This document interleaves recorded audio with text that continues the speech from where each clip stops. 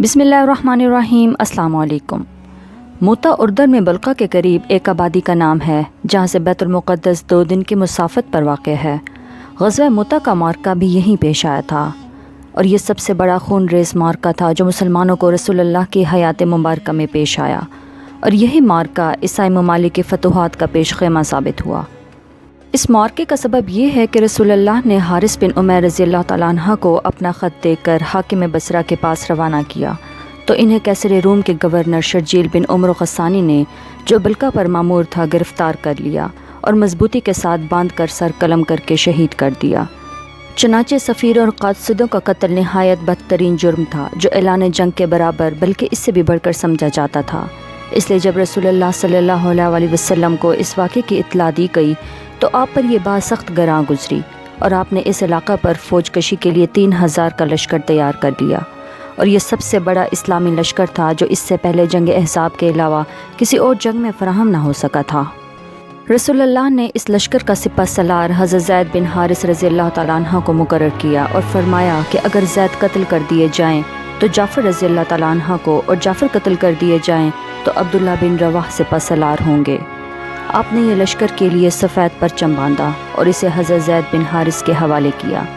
लश्कर को रसूलुल्लाह ने यह वसीयत भी फरमाई कि जिस मकाम पर हज़रत हारिस बिन उमैर कत्ल किए गए थे वहाँ पहुँचकर इस मकाम के बशिंदों को इस्लाम की दावत दें। अगर वो इस्लाम कबूल कर लें तो बेहतर, वरना अल्लाह से मदद मांगे और लड़ाई करें।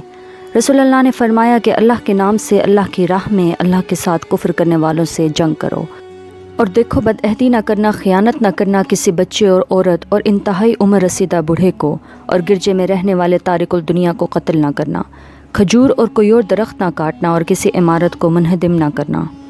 उसके बाद लश्कर रवाना हो गया। जब यह लश्कर मदीना मुनव्वरा से रवाना हुआ तो शामी जासूसों ने शर्जील को इत्तला कर दी। इत्तफाक से कैसर रूम भी शाम में मौजूद था। शर्जील ने इसकी मदद से 1 लाख का लश्कर इस्लामी लश्कर के मुकाबले के लिए तैयार करके रवाना किया। दोनों लश्कर का आमना सामना मोता के मुकाम पर हुआ।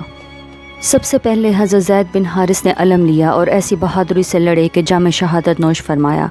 उसके बाद हज़रत जाफ़र रज़ियल्लाहु तआला अन्हु की बारी थी। उन्होंने लपक कर झंडा उठा लिया और जब लड़ाई की शिद्दत शबाब को पहुंची तो अपने सुर्ख व स्याह घोड़े की पुश्त से कूद पड़े और लड़ते लड़ते और वार पे वार करते और रोकते रहे, यहाँ तक कि दुश्मन की ज़रब से दाहिना हाथ कट गया।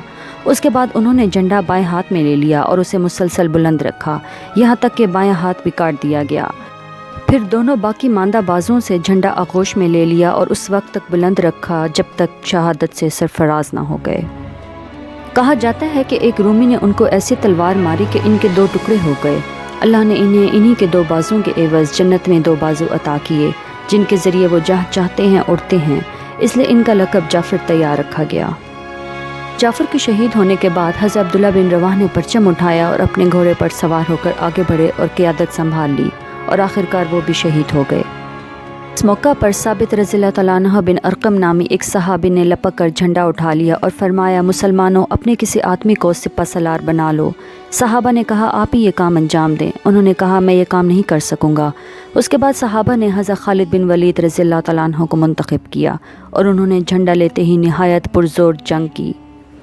चनाचे सही बुखारी में ख़ुद हज़रत खालिद बिन वलीद रज़ियल्लाहु तआला अन्हु से मरवी है कि जंग मोता के रोज़ मेरे हाथ में 9 तलवारें टूटीं, फिर मेरे हाथ में सिर्फ एक यमनी बाना बाकी बचा। इधर रसूलुल्लाह सल्लल्लाहु अलैहि वसल्लम ने जंग मोता ही के रोज़, जबकि अभी मैदान जंग से किसी किस्म की इत्तला नहीं आई थी, वही की बिना पर फरमाया, झंडा ज़ैद ने लिया और वो शहीद कर दिए गए। फिर जाफ़र ने लिया, वो भी शहीद कर दिए गए। फिर इब्ने रवाह ने लिया और वो भी शहीद कर दिए गए। इस दौरान रसूलुल्लाह की आंखें अश्कबार थीं, यहाँ तक कि झंडा अल्लाह की तलवारों में से एक तलवार ने लिया, यानी हज़रत खालिद बिन वलीद रज़ियल्लाहु तआला अन्हु ने, और ऐसी जंग लड़ी कि अल्लाह ने इन पर फ़तह अता की। इस जंग में सिर्फ 12 मुसलमान शहीद हुए। इतने बारी लश्कर के मुकाबले में सही सालिम वापस आ जाना इस्लामी लश्कर की बहुत बड़ी कामयाबी थी। इस्लामी लश्कर को अगरचे फ़तह ना मिली, लेकिन कुफ़ार को ये एहसास हो गया कि मुसलमान अल्लाह ताला के भरोसे से बड़ी क़ुव्वत से टकराने से भी नहीं घबराते, इसलिए मुसलमानों से मुकाबला करना आसान नहीं। इस जंग में हज़रत खालिद बिन वलीद की बहादुरी और जंगी हिकमत अमली की वजह से रसूलुल्लाह सल्लल्लाहु अलैहि वसल्लम ने हज़रत खालिद बिन वलीद को सैफ़ुल्लाह का खिताब अता फरमाया। दोस्तों, आज के लिए इतना ही। नए वाक़े के साथ जल्द ही आपकी खिदमत में हाजिर होंगी। अपना बहुत ख्याल रखिए। अल्लाह निगहबान।